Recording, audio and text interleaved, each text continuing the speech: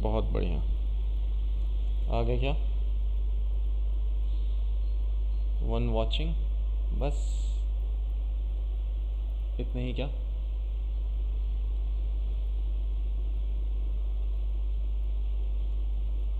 चलो, बस एक ही बच्चा है आज।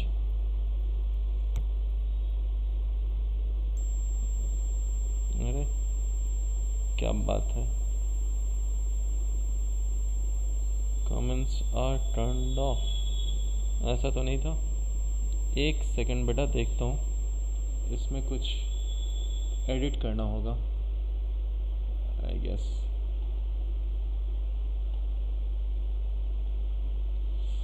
अरे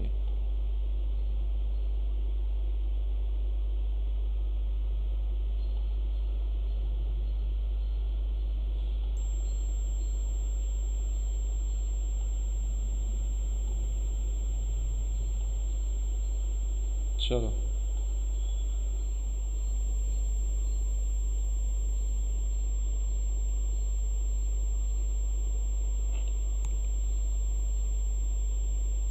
स्टार्ट करें क्या? अभी ठीक हुआ ये कमेंट का प्रॉब्लम? हाँ ठीक हो गया। चलिए स्टार्ट करते हैं। आज हम लोग अर्थ मैग्नेटिज्म, बहुत ज़्यादा थ्योरी होगा ये, ठीक है, पहले ही बता दूँ। काफ़ी थ्योरी रहेगा क्योंकि बिना थ्योरी के अर्थ मैग्नेटिज्म समझने में बहुत दिक्कत होगी, और कई लोग इसको बस रटने का टेंडेंसी रखते हैं, जो बहुत दिक्कत होता है बाद में। आज हम लोग जो बात करेंगे वो आपको हमेशा के लिए याद ही हो जाएगा ये। तो चलिए स्टार्ट करते हैं।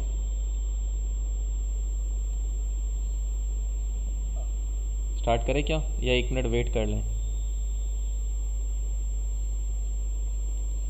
1 मिनट वेट कर ले रहे, आ जाए जल्दी।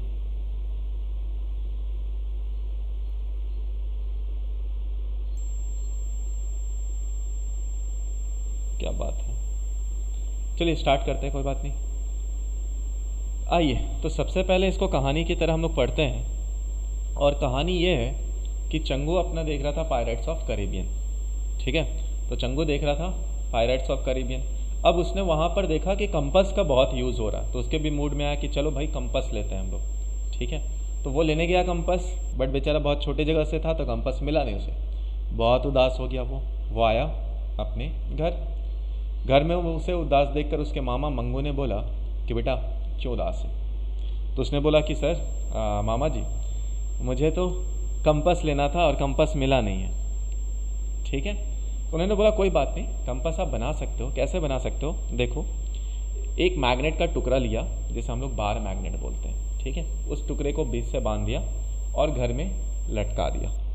तो देखा दो चीज़ें हुई, एक तो, और घर पे ग्लोब भी था, इम्पॉर्टेंट बात, एक तो जो कंपास था वो ज्योग्राफिकल नॉर्थ जो था उससे थोड़ा सा टिल्ट दिखा, और जो हॉरिजॉन्टल लेवल है, ये अगर हॉरिजॉन्टल लेवल है तो इससे थोड़ा डिप रखा। मतलब कि अगर सपोज ये हॉरिजॉन्टल लेवल है, मेरा हाथ आपको दिख रहा होगा, ये अपने पास मैग्नेट है, और यही मैं रख लेता हूँ अभी क्या, ज्योग्राफिकल नॉर्थ भी है। तो ये कंपास थोड़ा सा टिल्ट दिखा और थोड़ा सा नीचे भी दिखा, ठीक है। थोड़ा सा इधर टिल्ट और थोड़ा सा डिप भी दिखा, दो चीज़ें दिखा। तो अब दो चीज़ों को देखकर ये बहुत कंफ्यूज हुआ कि ये है क्या, है ना, क्या है ये, और ऐसा क्यों है। एक जगह तो समझ में आया, और ज्योग्राफिकल नॉर्थ तो बता नहीं रहा, मतलब जाना होगा मुझे कहीं और नॉर्थ, और ये मुझे कहीं और ले जा रहा। तो उसको और क्यूरियोसिटी बढ़ी, तो मामा से उसने पूछा कि मामा और बताओ मुझे इसके बारे में, कि अर्थ के अंदर मैग्नेटिज्म आया कहाँ से। तो चलो, उसके मामा ने जो जो बताया मैं वही आपको बता रहा हूँ, कि अर्थ के अंदर बहुत सारे मोल्टेन मेटल है जो कि घूम रहे हैं, और घूमने के कारण वो सोलोनाइड के जैसे हैं। कि सोलोनाइड कैसे होता है, अपने पास ऐसा होता है ना, तो सोलोनाइड के जैसे हैं। और यहाँ पर क्योंकि इलेक्ट्रॉन्स घूम रहे, मतलब ये इलेक्ट्रिक फील्ड या करंट कैरिंग लूप के जैसा है, तो यहाँ से मैग्नेटिक फील्ड लाइंस ऐसे निकल रही हैं, ठीक है। तो जहाँ से निकल रही है वो है नॉर्थ और ये है साउथ। कई सारे बुक में बेटा ये कन्फ्यूज़न दिया है कि यहाँ पर नॉर्थ की जगह साउथ होता है, बट मैं आपको थोड़ी देर में प्रूफ कर दूंगा कि वहाँ गलती है। बहुत स्टैंडर्ड बुक में ही ये सिर्फ करेक्शन है कि यहाँ पर साउथ रहता है, जहाँ पे ज्योग्राफिकल नॉर्थ है वहाँ पर मैग्नेट का साउथ है, और जहाँ पर ज्योग्राफिकल साउथ है वहाँ पे मैग्नेट का नॉर्थ है। ऐसा क्यों? तो कोई भी मैग्नेट है सपोज, तो मैग्नेट का नॉर्थ पोल किधर जाएगा, आप खुद ही सोचो। तो मैग्नेट का नॉर्थ पोल तो हमेशा जाएगा साउथ की तरफ ना। तो साउथ किधर है, साउथ अगर मैग्नेट का नॉर्थ ये दिखा रहा तो ये साउथ ही होना चाहिए, तभी तो जो मैग्नेट का या अपना कंपास का नीडल का साउथ है वो उधर घूमेगा। ठीक है, तो ये थोड़ी थोड़ी बातें आई उन चंगू को समझ में, फिर भी वो कंफ्यूज हुआ कि मैग्नेटिक फ्लक्स कैसी या फील्ड लाइंस कैसी होती है। तो यहाँ से अगर मैं दिखाऊं कि सपोज ये प्लास्टिक है मेरे पास, इससे अगर मैं आपको फील्ड लाइंस दिखाऊं तो कैसा है फील्ड लाइंस, यहाँ से निकल रहा बिल्कुल परपेंडिकुलर और ये घूम के कर्व होकर इस पॉइंट पे आ जा रहा। ठीक है, तो कुछ ऐसा फील्ड लाइंस है जो कि अपने को दिखता है, अपने को फील होता है। तो फील होने से क्या मतलब है, फिर और इंटरेस्ट जागा। बताओ कि मैग्नेटिक फील्ड लाइन को हम लोग देख कैसे सकते हैं मामा जी, बताओ। तो मंगो ने बताया, सुनना ध्यान से सुनना। तो मंगो ने बताया कि मैग्नेटिक फील्ड लाइन को बेटा आप 2-3 जगह से देख सकते हैं। एक है जो कुछ पेंटिंग्स होते हैं, पेंटिंग्स में बहुत सारे लिक्विड पेंट्स अपन यूज़ करते हैं, तो कई सारे पेंट्स में आयरन के पार्टिकल्स भी होते हैं जो उस टाइम पे मैग्नेटिक फील्ड के डायरेक्शन में अलाइन हो जाते हैं। फिर जब हम लोग ब्रिक्स बनाते हैं तो ब्रिक्स में जब मोल्टन एलिमेंट उसके अंदर है, वो भी उसमें भी कुछ आयरन पार्टिकल होते हैं, तो ब्रिक के अंदर भी आयरन पार्टिकल का अलाइनमेंट होता है। ठीक है, वो भी किसके, उस प्रेजेंट टाइम पे जो मैग्नेटिक फील्ड होगा उसके कारण जैसा होगा। तीसरा, सी रॉक्स जो होते हैं वहाँ पर भी जो अलाइनमेंट होते हैं वो उस टाइम के मैग्नेटिक फील्ड के अकॉर्डिंग होता है। ठीक है, थोड़ी थोड़ी बातें समझ में आई कि अपने को मैग्नेटिक फील्ड लाइंस कहाँ से दिखेगी, 3 जगह से, अभी मैं थोड़ी देर में दिखाऊंगा आपको कहाँ से दिखेगी। एक तो ब्रिक लाइन बोलते हैं, दूसरा पेंटिंग, मोराल पेंटिंग बोलते हैं, तीसरा सी रॉक्स में दिखता है। ठीक है, एक और छोटा सा टर्मिनोलॉजी जो लैटिट्यूड कई जगह पे यूज होता है वो ये है। लैटिट्यूड मतलब क्या, आप सेंटर से एक लाइन या वेक्टर ड्रॉ करो किसी भी अर्थ सरफेस पे, और वहाँ का जो एक एंगल होगा with respect to equilateral plane, उसे हम लोग बोलते हैं क्या, लैटिट्यूड। तो लैटिट्यूड का एंगल जो होगा tan phi, वो हमेशा डिप एंगल जो tan del हम लोग देखेंगे डिवाइडेड बाई 2 होगा बाद में, बट मैं पहले ही स्टार्टिंग में बताते रहा हूँ क्योंकि डायग्राम यहीं पे। ठीक है, और थोड़ा सा ध्यान में सुनते हैं। तब उसने पूछा कि ये जो एंगल आया है इस एंगल को क्या बोलते हैं, तो उसके मामा ने जो बताया वो अगले स्लाइड में मैं आपको वापस से बताऊंगा। ठीक है, देखो तो सबसे पहले हम लोग क्या था कि मैग्नेटिक फील्ड जानना था, किसको, चंगू को जानना था। मैग्नेटिक फील्ड के लिए कैसे आप निकाल सकते हैं, एक बार मैग्नेट को लिया, टांग दिया, सपोज इसी रूम में टांगा, तो क्या दिखा है, ज्योग्राफिकल नॉर्थ से थोड़ा सा टिल्टेड था और वो हॉरिजॉन्टल से थोड़ा डिप था। बात समझ में आई। ठीक है, तो वहाँ पे 2 चीज़ें होंगी। अब वापस जो अभी थोड़ी देर पहले मैंने बताया था कि जो nature of magnetic field lines हैं ऑफ अर्थ वो किसके कारण दिखती हैं। एक तो ओल्ड ब्रिक लाइंस के जैसा में पता चलता है, कुछ मोरल पेंटिंग्स होते हैं उसमें, और सी रॉक्स में होता है।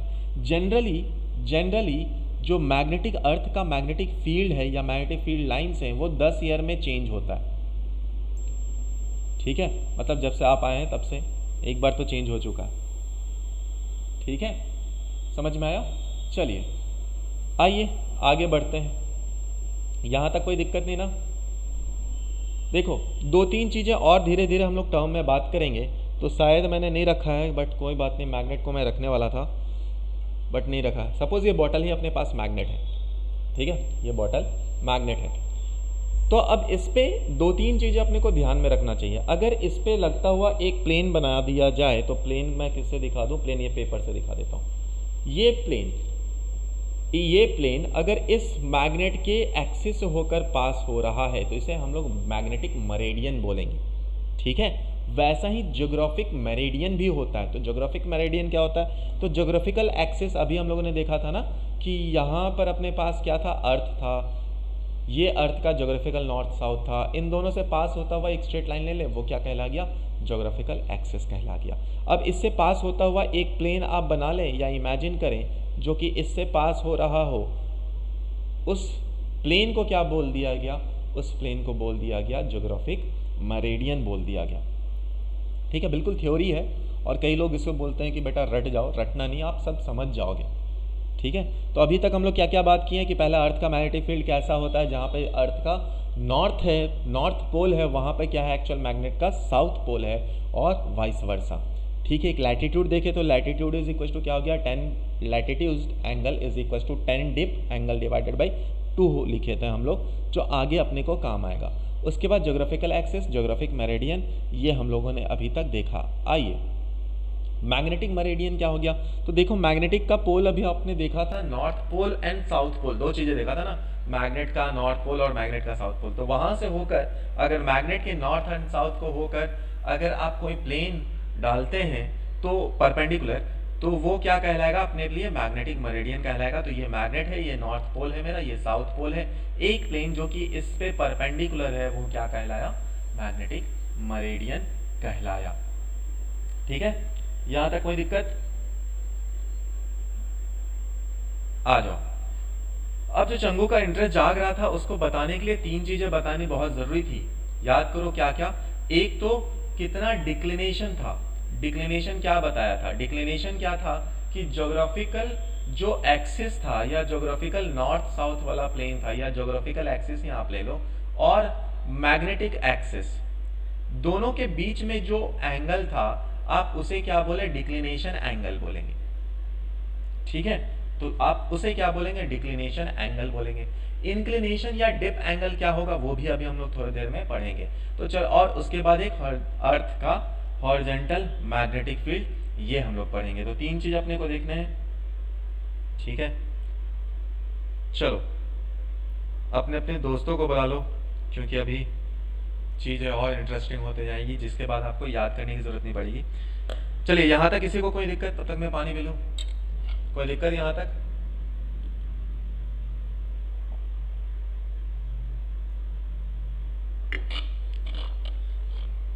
आइए, डिक्लिनेशन एंगल देखें तो डिक्लिनेशन एंगल का देखो डेफिनेशन यहाँ पे लिखा हुआ है, geographic meridian and magnetic meridian के बीच का एंगल को बोला जाता है क्या, डिक्लिनेशन एंगल। ठीक है, कुछ लाइंस होती हैं आइसोगोनिक और अगोनिक लाइन। आइसोगोनिक मतलब क्या, वो ऐसे पॉइंट है जहां पर डिक्लिनेशन सेम है, जहां पर थीटा की वैल्यू सेम है।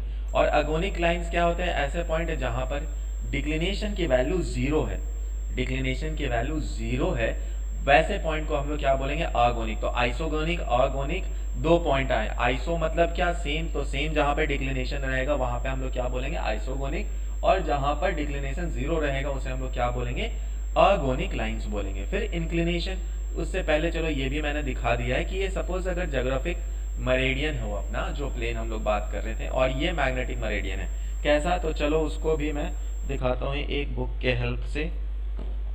आओ, सपोज ये बुक है अपने पास, है ना, ये बुक है अपने पास। अगर इस बुक में हम लोग देखें तो ये प्लेन जो है, ये प्लेन जो है, और एक ये प्लेन है, 2 प्लेन है अपने पास। ठीक है, तो इस प्लेन को क्या बोल दिया आपने, एक प्लेन को बोला ज्योग्राफिक मेरिडियन और इसको बोल दिया मैग्नेटिक मेरिडियन, और इन दोनों के बीच का जो एंगल है उस एंगल को आपने डिक्लिनेशन बोल दिया। तो आई होप ये आपको समझ में आया होगा यहां तक। ठीक, समझ में आया ना? आगे बढ़ते हैं हम लोग। आइए अब बात करते हैं डिप एंगल क्या होता है। डिप एंगल का जो मेजरमेंट है वो होता है जनरली एक, अभी थोड़ी देर में बता रहा हूं, डिप सर्कल की मदद से। डिप सर्कल, डिप सर्कल अभी ड्रॉ भी किया हुआ, वो भी आपको दिखाऊंगा। तो डिक्लिनेशन, सॉरी, डिप सर्कल या एंगल ऑफ डिप या इंक्लिनेशन एंगल, ये क्या बोलता है कि हॉरिजॉन्टल लेवल जो है अर्थ का या अर्थ सरफेस का, इस हॉरिजॉन्टल लेवल से जो मैग्नेट आपका डिप किया होगा, नीचे की तरफ डिप किया होगा, उसे हम लोग क्या बोलेंगे, declination, sorry, angle of dip बोलेंगे। एंगल ऑफ डिप बोलेंगे कि वो मैग्नेटिक मेरिडियन, पहली बात, और ये किस में रहना चाहिए, मैग्नेटिक मेरिडियन में होना चाहिए। मतलब जो इसके बाद होगा ही तो वो दिखा देता हूँ, रुक जा किधर या, देखो सपोज ये मैग्नेटिक मेरिडियन है, तो जो मैग्नेट होगा आपका वो हमेशा, जो बार मैग्नेट है या नीडल है, वो हमेशा किस में दिखाएगा, वो हमेशा जो डायरेक्शन शो करेगा वो हमेशा मैग्नेटिक मेरिडियन में ही शो करेगा। ठीक है, तो कई बार आपको ये कंफ्यूजन होता है कि जो बार मैग्नेट है अपना वो किस में डेविएशन शो कर रहा होगा। तो बार मैग्नेट जो है वो हमेशा इंक्लाइंड होगा किस में इंक्लाइंड होगा, तो मैग्नेटिक मेरिडियन में ही इंक्लाइंड होगा। ठीक है, लैटिट्यूड एंड डिप में जो रिलेशन था वो हम लोगों ने यहाँ पे लिखा हुआ है। ठीक है, देखो आइसो का मतलब क्या था, सेम, और वहां पे इससे पहले जो हम लोग पढ़े थे डिक्लिनेशन एंगल, वहां पर क्या था, आइसोगोनिक था ना, आइसोगोनिक। तो आइसोगोनिक में क्या था कि सारे के सारे डिक्लिनेशन सेम थे, और अगोनिक मतलब डिक्लिनेशन कितना था, 0 था। यहाँ पे डिप की बात है। ठीक है, और डिप को ही इंक्लिनेशन भी बोलते हैं। तो आइसोक्लिनिक अगर लाइंस बोला जाए तो ये वो लाइंस हैं, ये वो लाइंस हैं जहाँ पे डिप एंगल सेम होता है। और अगर आगोनिक लाइन बोला जाए तो ये वो लाइन है जहां पर डिप एंगल की वैल्यू कैसे होती है, 0 होती है। तो जनरली जो मैग्नेटिक इक्वेटर है वहां पर डिप एंगल की वैल्यू कितनी होती है, 0 के बराबर होती है, और मैग्नेटिक पोल पे डिप एंगल की वैल्यू 90 डिग्री होती है। बिल्कुल ऐसा होना भी चाहिए था, क्योंकि मैग्नेटिक पोल कहाँ था, ये था ना अपने पास। इस पोल पे मैग्नेटिक फील्ड लाइंस कैसी होंगी, परपेंडिकुलर होंगी।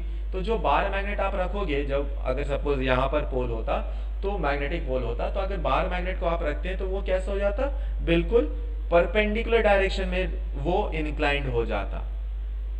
ठीक है, चलिए अब इसी पे एक दो क्वेश्चन आ जाता है क्या, कि नॉर्थ पोल अगर फ्रीली सस्पेंडेड हो, अगर नॉर्थ पोल फ्रीली सस्पेंडेड हो, सॉरी क्या बोल रहा, नॉर्थ पोल पे फ्रीली सस्पेंडेड मैग्नेट रखें।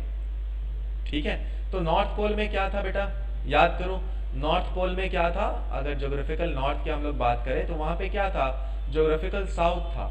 तो वहां पर कौन सा मैग्नेट का साइड डिप हो जाएगा, वो आप बता सकते हैं क्या, नॉर्थ साइड या नॉर्थ पोल जो होगा मैग्नेट का वो डिप कर जाएगा।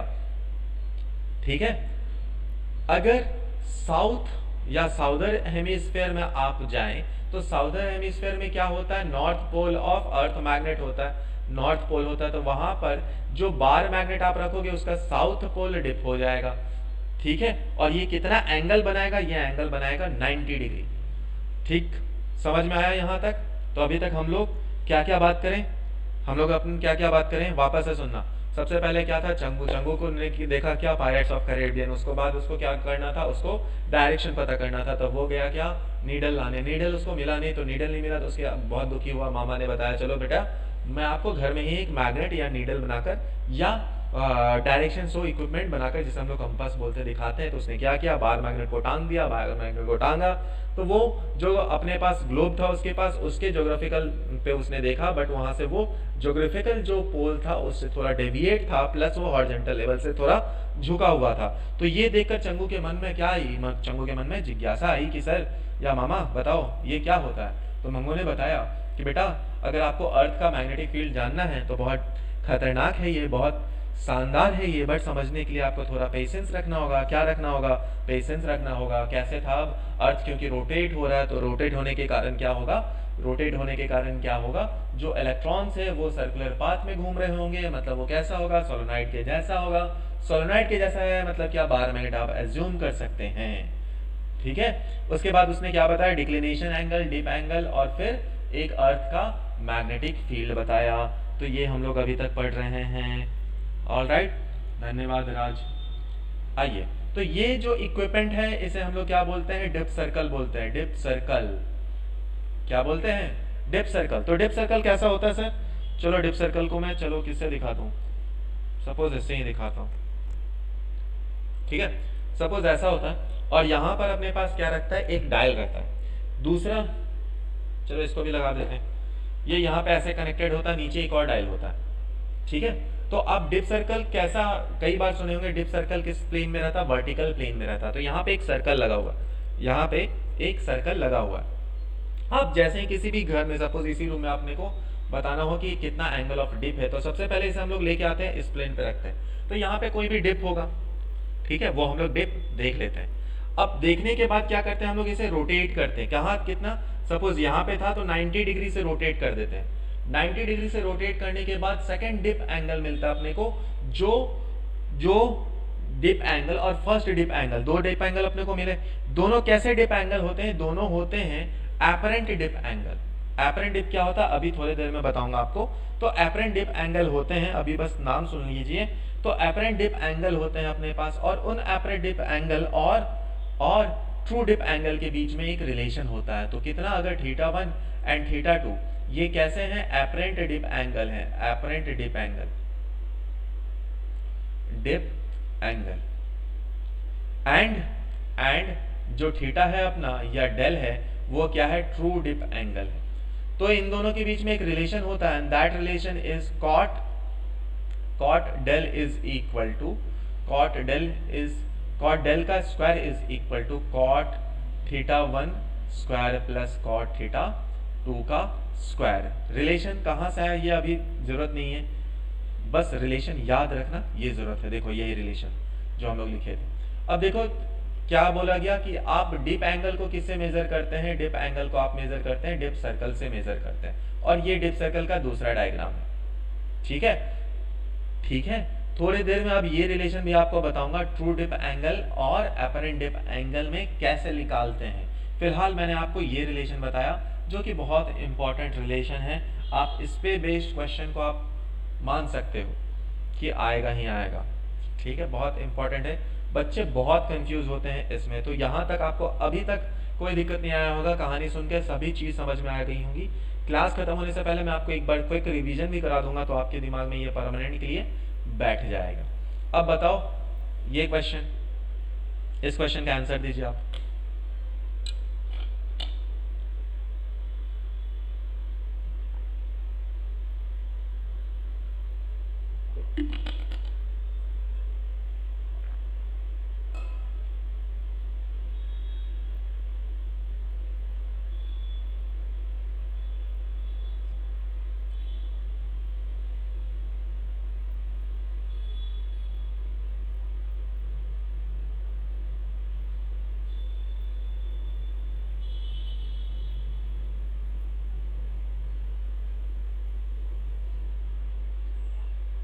चलिए, आया क्या किसी का आंसर? चैट का ऑप्शन तो ऑन है, आया किसी का आंसर? ऑप्शन तो चैट का ऑन होना चाहिए।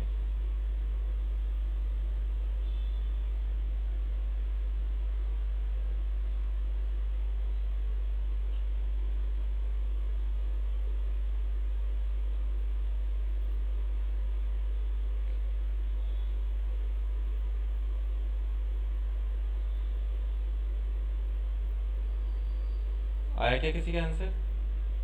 स्टार्टिंग में चैट ऑप्शन ओपन नहीं था, वो बाद में मुझे दिखा। आ जाओ, चलो क्या बोल रहा है क्वेश्चन में अपने पास? आ जाओ, डिप सर्कल सोज कर रहे क्या, एपरेंट डिप ऑफ 60 डिग्री, पहला 60 degree at a place where true dip is 45 degree. तो ट्रू डिप डेल की वैल्यू 45 डिग्री है और थीटा 1 की वैल्यू है 60 डिग्री। अब बोला क्या, जो डिप सर्कल है उसे रोटेट कर दिया 90 डिग्री, तो एपरेंट डिप एंगल कितना होगा? तो आप आराम से बता सकते हैं, हाँ बिल्कुल निकल सकता है। तो सबसे पहले हम लोग क्या निकालें, cot square 45 is equal to cot square 60 degree plus cot square theta. ठीक है, इसकी वैल्यू कितनी आ गई 1 माइनस इसकी वैल्यू कॉट 60 की वैल्यू कितनी आ गई √3। तो √3 का स्क्वायर कितना आ जाएगा, सॉरी 1/√3 है ना, 1/√3 प्लस कॉट स्क्वायर थीटा। ठीक है, तो कॉट स्क्वायर थीटा कितना आ गया, कॉट स्क्वायर थीटा कितना आ गया अपने पास 1 - 1/3 यानी आया 2/3। यानी कॉट थीटा की वैल्यू कितनी आई, या थीटा की वैल्यू कितनी आई, कॉट -1, ये आया √2/3 आ जाएगा। ठीक है, चलो अगले सवाल पे आते हैं। अब देखो, ट्रू डिप और एपरेंट डिप में कई बार ये सवाल आता है और बहुत कंफ्यूजन होता है। तो चलो इसको भी देखते हैं, ट्रू डिप और एपरेंट डिप। ठीक है, याद करो थोड़ी देर में पहले मैंने आपको मैग्नेटिक मेरिडियन के बारे में कुछ चीजें बताई थी। देखो, तो मान लो ये अपना एक्चुअल मैग्नेटिक मेरिडियन है, बट आपने जो कंपास प्लेस करा है या जो बार मैग्नेट प्लेस करा है वो इसमें नहीं प्लेस करके आपने इसमें प्लेस कर दिया। ठीक है, आपने इस वाले में प्लेस कर दिया, तो उससे क्या चेंजेस होगा वो अभी मैं आपको बताने वाला हूं। ठीक है, तो ध्यान देना, ध्यान देना। आओ अगर देखें कि ये मैग्नेटिक मेरिडियन है अपना, ये मैग्नेटिक मेरिडियन है। ठीक है, इस मैग्नेटिक मेरिडियन में अपने पास क्या रख दिया गया है, ये एंगल क्या होगा, डिप एंगल, मैग्नेट रखा गया, तो ये अर्थ का नेट मैग्नेटिक फील्ड होगा।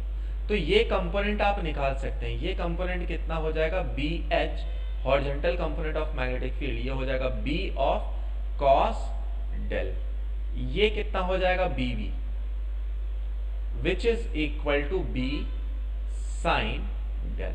तो अगर b निकालना हो अपने को किसी भी पॉइंट पे, तो कैसे निकाल सकते हैं, under root of B H square plus B V square निकाल सकते हैं। ठीक है, तो ये दोनों से हम लोग निकाल सकते हैं, बहुत बढ़िया। अब देखो, ये अपने पास था मैग्नेटिक मेरिडियन, बट अभी आपने यहां पर शिफ्ट कर दिया है, जो मैग्नेट अपना प्लेस करा है वो सेकंड वाले में रख दिया। तो आप क्या करोगे, देखो बीवी तो दोनों के लिए सेम रहेगा ना, जो अभी बुक का मैंने एग्जांपल दिया था उसमें बीवी तो सेम था दोनों के लिए, बट बी एच चेंज हो गया। ठीक है, तो अगर अपने पास ये बी एच है, इस डायरेक्शन में कितना हो जाएगा, बी एच कॉस अल्फा हो जाएगा। तो आप दोनों से जब टेन डेल डैश की वैल्यू निकालें या एपरेंट डिप की एंगल निकालें, तो apparent dip is equal to क्या आ जाएगा, true dip tan of true dip divided by cos alpha. Alpha क्या था, दोनों के बीच का एंगल। तो इस बात को हमेशा याद रखना, कई बुक में डिफरेंट डिफरेंट लैंग्वेज में दिया होता है। यहां पर क्या लिख सकते हैं आप, tan of apparent dip is equal to tan of true dip divided by cos of alpha. ठीक है, धन्यवाद बुक। ठीक है, आइए देखो, इससे पहले जो हम लोग बात किए थे वही यहाँ पे लिखा हुआ है कि अगर आपको डिप एंगल निकालना हो तो आप क्या B V by B H कर सकते हैं, और डिप जो नेट मैग्नेटिक फील्ड है वो निकालना हो तो आप under root of B H square plus B V square से निकाल सकते हैं। एक आइसोडायनेमिक लाइंस होती हैं जहाँ पे B and B H, B V and B H की वैल्यू सेम होगी, बी वी होना चाहिए यहाँ पे, दोनों वैल्यू सेम होगी। तो आपके पास कौन कौन से लाइन है, सबसे पहले आइसोगोनिक लाइन, फिर अगोनिक लाइन, उसके बाद आइसोक्लिनिक लाइन, और फिर अक्लिनिक लाइन, फिर आइसोडायनामिक लाइंस। ऑलराइट, चलिए अब कुछ सवाल पे चलते हैं इसके। इस सवाल को करें, आज क्रैश कोर्स सीरीज का लास्ट क्लास होगा ये अपना। इसके बाद एक मैं वीडियो बनाकर डाल दूंगा जिसमें थर्मल प्रॉपर्टीज वाला होगा, क्योंकि वो वीडियो अच्छा नहीं, लेक्चर नहीं हो पाया था, नेटवर्क वगैरह बहुत इश्यू था, तो वो बनाकर डाल दूंगा। ठीक है, 7th या 8th को एक जनरल वीडियो बनाऊंगा कि एग्जाम के एक वीक पहले क्या क्या करें, वो लास्ट वीडियो रहेगा। उसके बाद से अभी नेक्स्ट वीडियो नहीं रहेगा, 20 के बाद से वापस हम लोग वीडियो जो कि 12 या 11th के टॉपिक से स्टार्ट करेंगे। ठीक है, बिल्कुल बेस से स्टार्ट करेंगे। आया क्या इसका एंगल, आंसर आया क्या, apparent value of angle of dip निकालना बहुत ही आसान सा है।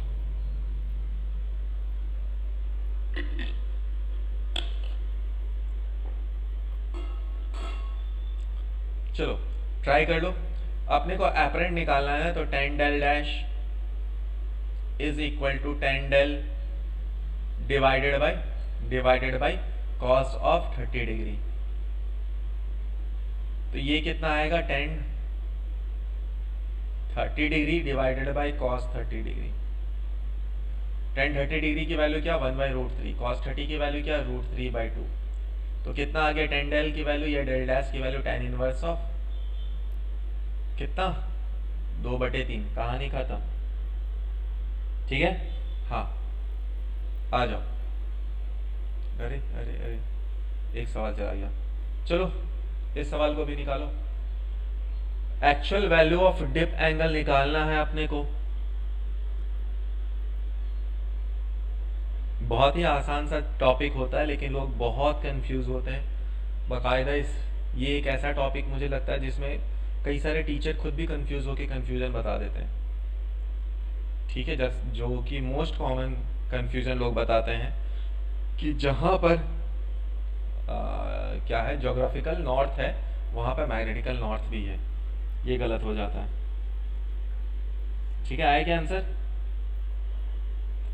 आ जाओ कहानी खत्म करते हैं। अपने को क्या निकालना है, ट्रू डिप एंगल। अपने पास रिलेशन क्या था, tan del dash is equal to tan del divided by cos of theta. तो इसकी वैल्यू निकालो, ये निकालना अपने को। तो tan del is equal to tan of del dash into cos of theta. ठीक है, देखो यहां पर ये क्या दिया हुआ है, ये अपने पास दिया हुआ है एपरेंट डिप दिया हुआ है, क्योंकि मैग्नेटिक मेरिडियन कितना एंगल, देखो मैग्नेटिक मेरिडियन में ये हॉरिजॉन्टल से एंगल बना रहा है। तो हॉरिजॉन्टल से जो एंगल बनाता है वो कौन सा, डिप एंगल के लिए ही हम लोग बात करते हैं, और ये तो किसी दूसरे में दिया हुआ डिप एंगल। तो 1 इंटू कॉस 45 सॉरी tan 45 की वैल्यू आ गई 1, और मैग्नेट का cos 30 निकाल लो, तो cos 30 की वैल्यू कितनी हो जाती है, √3/2, यानी ये आ गया आपके पास 10 डेल का वैल्यू। ठीक है, आया क्या, हाँ 0.86 सही आंसर। आ जाओ अगला। अब ये थोड़ा अच्छा सा सवाल है, तो अच्छे से करें सभी लोग।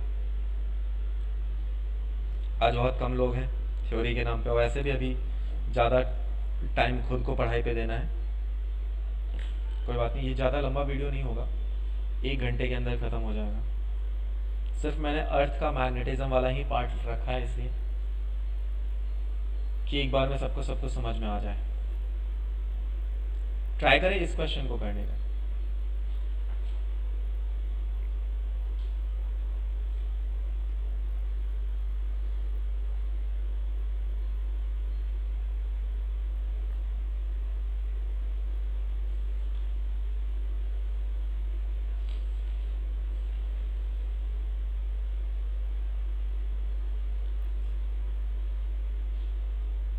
आ जाओ, आया क्या, इस क्वेश्चन को थोड़ा ध्यान से देखना।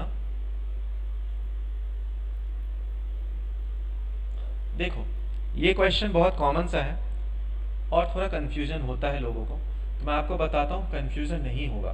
तो याद करो, सबसे स्टार्टिंग हम लोग टॉपिक का क्या करे थे कि अपना अर्थ के पास, एक तो भाई साहब ये स्ट्रेट लाइन नहीं आता रहता, ये है ज्योग्राफिकल नॉर्थ, ये ज्योग्राफिकल साउथ। तो अब हम लोग अगर इक्वेटर पे ही बात कर ले तो ये हो जाएगा अपने पास ईस्ट, ये हो जाएगा वेस्ट। ठीक है, दोनों के बीच में एंगल कितना होता है, 90 डिग्री। ठीक, आ जाओ। A ship is sailing due west according to compass. Compass में जो अपने को वेस्ट दिखा रहा है बिल्कुल उसी डायरेक्शन में जा रहा है। तो बताओ कंपास में क्या दिखाता है, क्या कंपास में ज्योग्राफिकल नॉर्थ वैल्यूज दिखाती हैं? आंसर इज नो सर, बिल्कुल नहीं। वो तो मैग्नेटिक मेरिडियन में पूरा का पूरा काम करता है। तो मैग्नेटिक मेरिडियन यहां पे ड्रॉ कर लो, ये हो गया अपने लिए क्या क्या, ये हो गया मैग्नेटिक मेरिडियन के लिए वैल्यूज। कौन कौन से, ये हो गया मैग्नेटिक नॉर्थ, ये हो गया मैग्नेटिक साउथ, ये हो गया मैग्नेटिक वेस्ट भी मैं लिख लेता हूं। ठीक है, अब बताओ declination at the place is 17 degree west है। तो वेस्ट से 17 डिग्री मतलब ये भी कितना है, 17 डिग्री है, ये भी 17 डिग्री है। ठीक है, तो किस डायरेक्शन में शिप का मूवमेंट होना चाहिए, या आपको शिप का डायरेक्शन बताना हो तो क्या बताएंगे? तो देखो हम लोग जो डायरेक्शन बताते हैं वो हमेशा किसके रिस्पेक्ट में बताते हैं, नॉर्थ। अब देखो ये किसके किसके बीच में, वेस्ट एंड साउथ के बीच में। ठीक है, तो हम लोग क्या लिख सकते हैं, 17 डिग्री, 17 डिग्री अगर इसका हम लोग को डायरेक्शन बताना है तो क्या बता सकते हैं, 17 डिग्री साउथ ऑफ वेस्ट। ठीक है, या आप दूसरा तरीका क्या लिख सकते हैं, 17 degree in south west from west, ये भी बता सकते हैं। ये सबसे स्टैंडर्ड होता है जो आपको जब सेकेंड चैप्टर है उस टाइम में भी डायरेक्शन के लिए बताया जाता है। तो आंसर क्या हो गया इसका, 17 डिग्री साउथ ऑफ वेस्ट, ये हो गया इसका आंसर। ठीक है, समझ में आया क्या?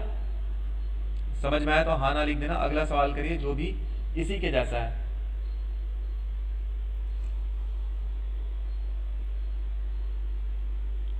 बिल्कुल पिछले सवाल जैसा है, बट उससे थोड़ा सा अच्छा है। समझ में आया? चलो बहुत बढ़िया।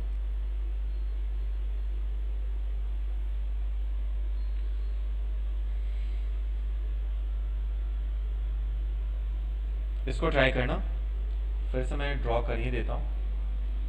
20 डिग्री साउथ ऑफ वेस्ट जाना है इसको।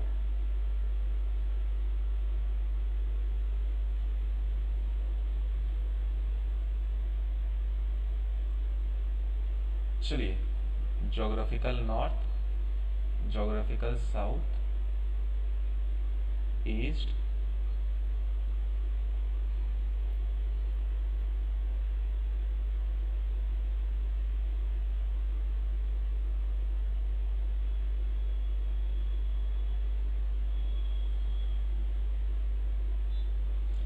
मैग्नेटिक साउथ है ना, sorry magnetic south, magnetic north.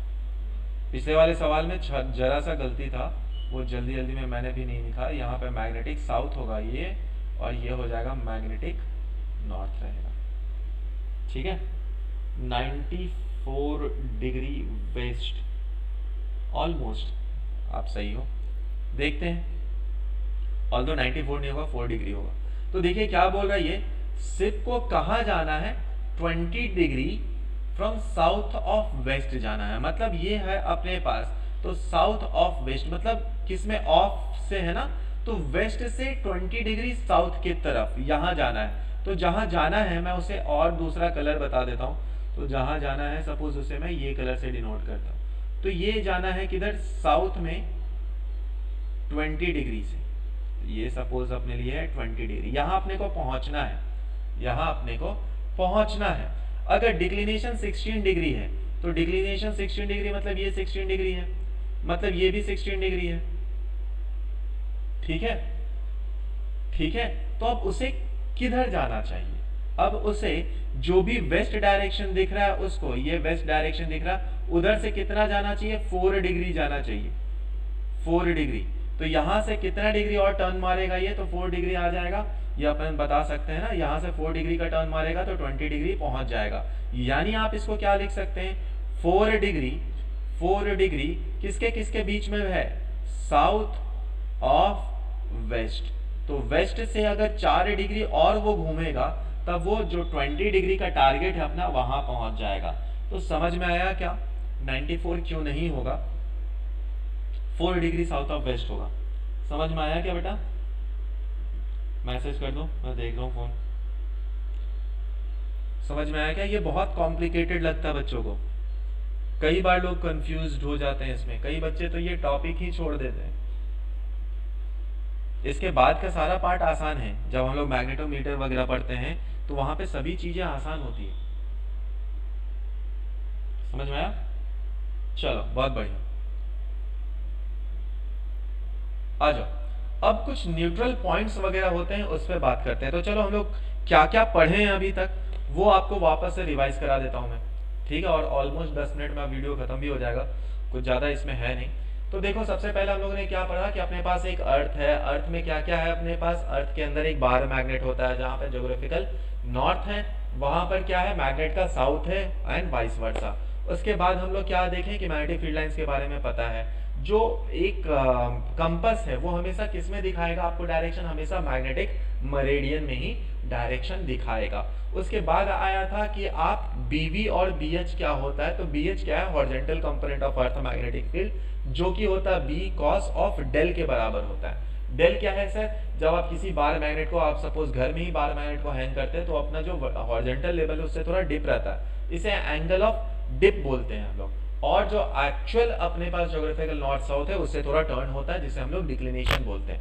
ठीक है, तो डिप एंड डिक्लिनेशन हम लोग उसी बात को पढ़े थे। उसके बाद आया तो एक कॉट वाला एक्सप्रेशन बताया था जो आपको ट्रू डिप एपरेंट डिप निकालने में क्या, अगर 2 एपरेंट डिप दिया हुआ और एक ट्रू डिप निकालना उसमें हेल्प करता है। दूसरा apparent dip angle, true dip angle और 2 प्लेन के बीच में जो दूसरा मैग्नेटिक मेरिडियन वाला प्लेन होगा, जिसमें या एपरेंट मैग्नेटिक मेरिडियन वाला प्लेन होगा, उसमें अगर कंपास को या फिर अपन बार मैग्नेट को रखते हैं तो कितना होगा, तो हम लोग निकाले थे 10 del dash is equal to 10 del upon cos alpha. ठीक है, अब आते हैं न्यूट्रल पॉइंट। न्यूट्रल पॉइंट का मतलब क्या होता है? ऐसे पॉइंट जहां पर नेट मैग्नेटिक फील्ड जीरो हो जाए। अब अर्थ के कारण जो मैग्नेटिक फील्ड होता है वो 0.32 गॉस के बराबर होता है। तो अगर मैं देखूं इस डायरेक्शन में इलेक्ट्रिक फील्ड है, सपोज यह अर्थ का हॉरिजॉन्टल कंपोनेंट है, अगर मैं बार मैग्नेट रख दूं सच दैट किसी भी पॉइंट पे मैग्नेटिक फील्ड की वैल्यू जीरो हो रही, तो उसको हम लोग क्या बोलेंगे? न्यूट्रल पॉइंट बोलेंगे। और उसी पे बेस्ड 3 थ्योरी बनते हैं, उसे भी आप ध्यान रखें और उसके बाद आपका काम हो जाएगा। तो सपोज अर्थ का मैग्नेटिक फील्ड इस डायरेक्शन में है, ये अपने पास क्या BH है। आपने जो सेम प्लेन रखा है, जैसे जैसे वापस मैं बताऊं, इसी डायरेक्शन में अपने पास क्या है? अर्थ का मैग्नेटिक फील्ड है, और इसी डायरेक्शन में मैंने रख दिया क्या? Bar magnet. ठीक है, बट दोनों सेम प्लेन में आप रखे हैं, बट कैसा है? एंटी पैरेलल है। तो याद करो अर्थ में जो अपने पास बार मैग्नेट होता है उसमें क्या होता है? फील्ड लाइंस नॉर्थ से निकलकर साउथ में जाती है। ठीक है, तो यहाँ पे फील्ड लाइंस कैसी होंगी? ऐसी, और यहाँ पर भी होंगी ऐसी। तो ये इसके एग्जैक्टली इस पॉइंट को देखो, ये वाला जो पॉइंट है, मैं कलर चेंज कर दे रहा हूं, आ जाओ। तो ये जो पॉइंट है अपने पास और ये जो पॉइंट है, इन दोनों पॉइंट पे अगर मैग्नेटिक फील्ड की वैल्यूज बराबर हो गई तो वहां पे क्या होगा? वो न्यूट्रल पॉइंट होगा। और एक बार मैग्नेट के कारण जो मैग्नेटिक फील्ड होता है एक्सिस पे, वो कितना होता है? हम लोग बार मैग्नेट के कारण निकाल सकते हैं, μ0 टाइम्स 2m/4πr³ के कारण होता है। ये किसके कारण होता है? शॉर्ट मैग्नेट के कारण होता है। तो कितने डिस्टेंस, अगर सपोज यहां से यहां तक का ये डिस्टेंस है, अपन r रख लिए और ये डिस्टेंस r रख लिए, तो कितने डिस्टेंस पे फ्रॉम द पोल कितने डिस्टेंस पे मैग्नेटिक फील्ड की वैल्यू जीरो होगी, वो आप निकाल सकते हैं। अगर आपसे पूछा जाए कि कितने न्यूट्रल पॉइंट होते हैं जब अर्थ के मैग्नेटिक फील्ड के एंटी पैरेलल कोई बार मैग्नेट होता है, तो वो आंसर है अपने पास क्या? 2। मतलब यहाँ पे देखा हुआ देखो 2 न्यूट्रल पॉइंट्स होंगे। तो इस बात को आप दिमाग में रख लेना। ठीक है, चलिए अब आते हैं, अगर पैरेलल रख दिया जाए तो क्या होगा? देखो बेटा, पैरेलल रखेंगे तो क्या होगा? पैरेलल रखने के कारण सपोज ये मेरे पास मैग्नेटिक फील्ड लाइंस है। अब यहां से देखो तो आप ऐसे ऐसे मैग्नेटिक फील्ड लाइंस निकल रहा, तो ये नॉर्थ है, नॉर्थ से मैग्नेटिक फील्ड लाइंस निकल रहा, ये साउथ की तरफ आ रहा। ठीक है, अब इस पर्टिकुलर डिस्टेंस पे बेटा आप कितने सर्कल ड्रॉ कर सकते हो या कितने फील्ड लाइंस ड्रॉ कर सकते हो? तो आंसर इज इनफाइनाइट ड्रॉ कर सकते हैं आप। इस पर्टिकुलर पॉइंट पे आप infinite number of field lines हो सकते हैं यहाँ पर, और सब ये सर्कुलर फैशन में होगा। ये सब सर्कुलर फैशन में होगा। जैसे किसी ये डिस्टेंस पे देखें तो यहां से ये डिस्टेंस पे देखें तो एक फील्ड लाइन यहां से निकलकर ऐसे आ रहा होगा, है ना?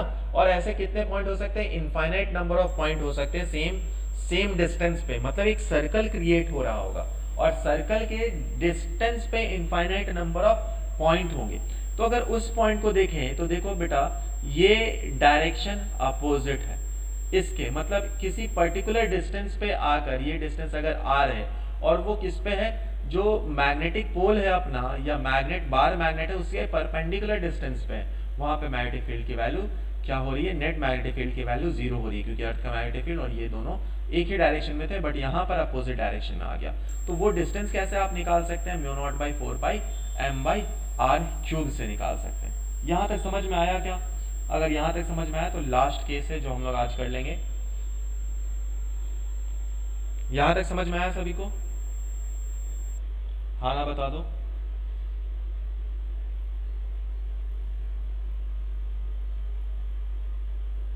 समझ में आया या वापस से बताऊं?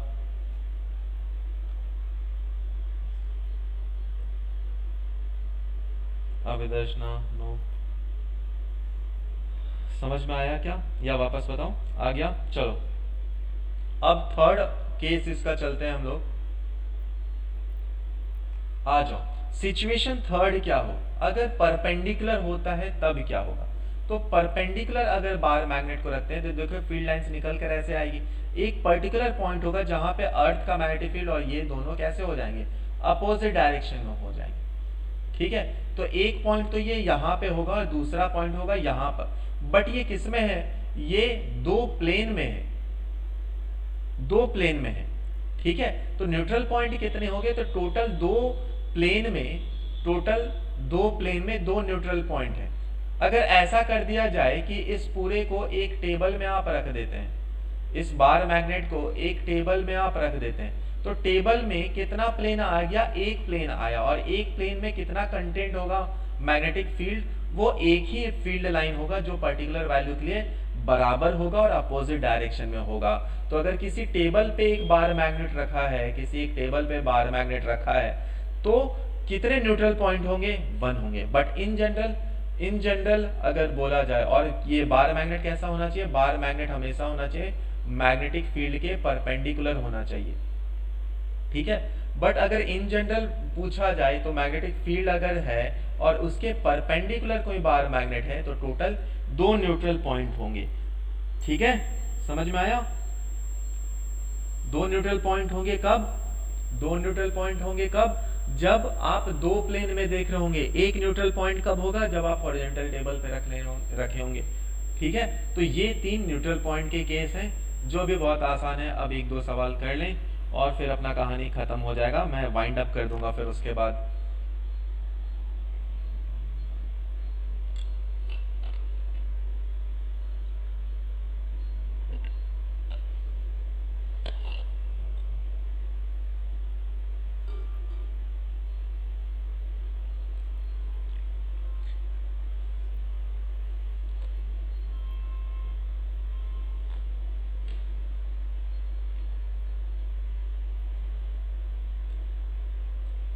देखो इसमें क्या क्या दिया हुआ वो ध्यान देना। इस क्वेश्चन में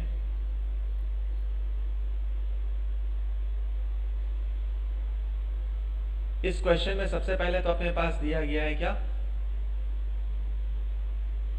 ये कितना है, मैग्नेटिक नीडल है अपने पास जो 3.5 वेस्ट ऑफ ज्योग्राफिक नॉर्थ बता रहा, बहुत बढ़िया, ठीक है। Another needle free to rotate in vertical plane parallel to magnetic meridian has a north tip pointing down as 18 degree, ठीक है। तो पॉइंटिंग डाउन का मतलब क्या है, ये अपने पास क्या दिया हुआ, डिप एंगल दिया है 18 डिग्री, ठीक है। ये अपने पास दिया हुआ डिप एंगल जो कि है कितना, 18 डिग्री है। चलो बहुत बढ़िया। With the horizontal, the magnitude of horizontal component of Earth magnetic field is 0.4 Tesla. तो आपको बताना अर्थ का मैग्नेटिक फील्ड कितना होगा, बहुत आसान सा है।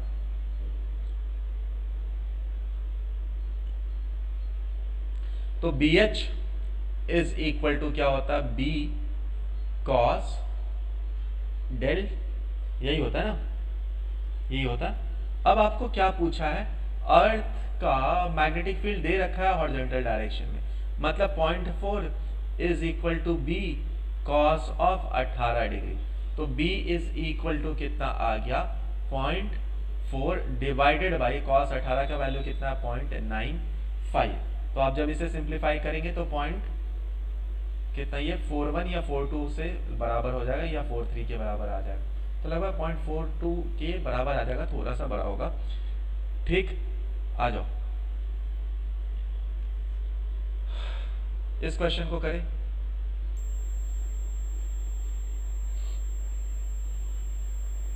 समझाना सभी को,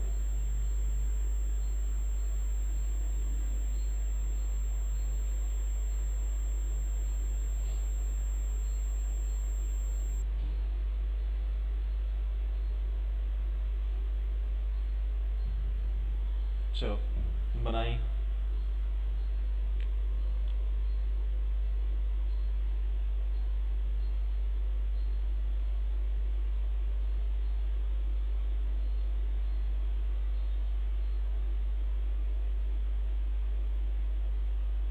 चलो ये भी बताऊं, देखो क्या बोल रहा, magnetic needle free to rotate in vertical plane है and the plane makes an angle of 60 degree with magnetic meridian.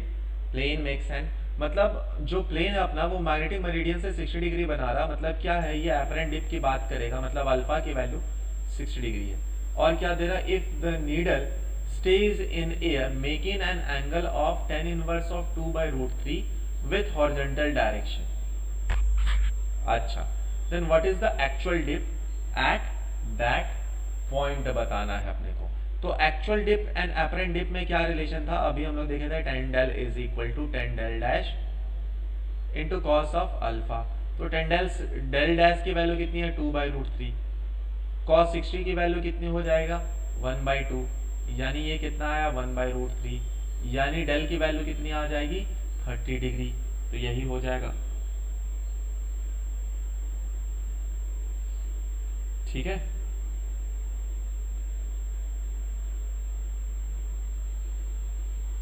आया क्या 30 डिग्री, हाँ सही आंसर। चलो चलो यहीं तक था आज का कार्यक्रम, ठीक है।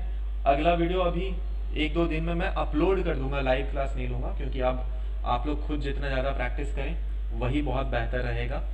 प्लस कई सारे बच्चे अभी मुझे मैसेज कर रहे हैं जिनको ये लग रहा कि पेपर आसान आएगा, डिफिकल्ट आएगा, कैसा आएगा। देखो बेटा, कैसा भी पेपर आए 50% तो ऐसे होंगे जो आप आराम से कर सकते हो, और 50%, क्योंकि पूरा सिलेबस मैंने क्रैश कोर्स में नहीं कवर अप करा है, ऑल्दो बहुत कम टाइम मिला जब मुझे ये रियलाइज़ हुआ कि यूट्यूब पे भी अपन डाल सकते हैं, ठीक है।